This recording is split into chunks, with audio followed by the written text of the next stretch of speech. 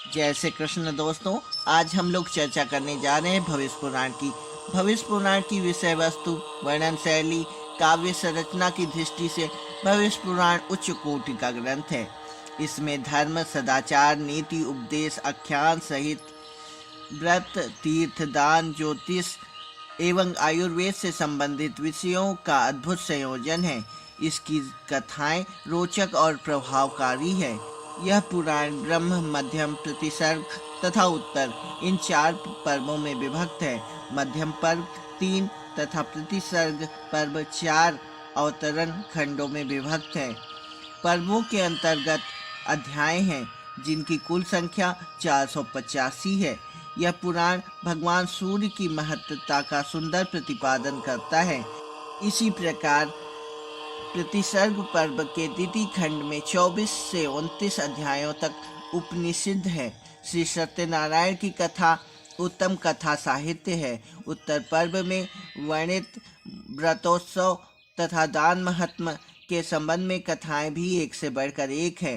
ब्रह्मा पर्व तथा मध्यम पर्व की सूर्य संबंधी कथाएं कम रोचक नहीं हैं। आल्हा उदल के इतिहास का प्रसिद्ध आख्यान इसी पुराण के आधार पर लिया गया है। भविष्य पुराण की दूसरी विशेषता यह है कि यह पुराण भारतवर्ष के वर्तमान समस्त आधुनिक इतिहास का आधार है।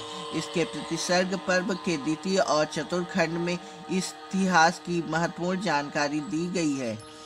इसके प्रतिसर्ग पर्व के तृतीय और चतुर्थ खंड में इतिहास की महत्वपूर्ण सामग्री विद्यमान है। इतिहास लेखकों ने प्राय इसी का आधार लिया है। इसमें मध्यकालीन हर्षवर्धन तथा हिंदू राजाओं और अलाउद्दीन, मोहम्मद तुगलक, तैमूर, बाबर, अकबर आदि का प्रमाणिक इतिहास निरूपित है। इस पुराण की तीसरी विशेषता यह है कि इसके मध्यम पर्व में समस्त कर्मकांड का निरूपण है। इसके वर्णित व्रत और दान के संबंध में विषय अत्यंत महत्वपूर्ण है।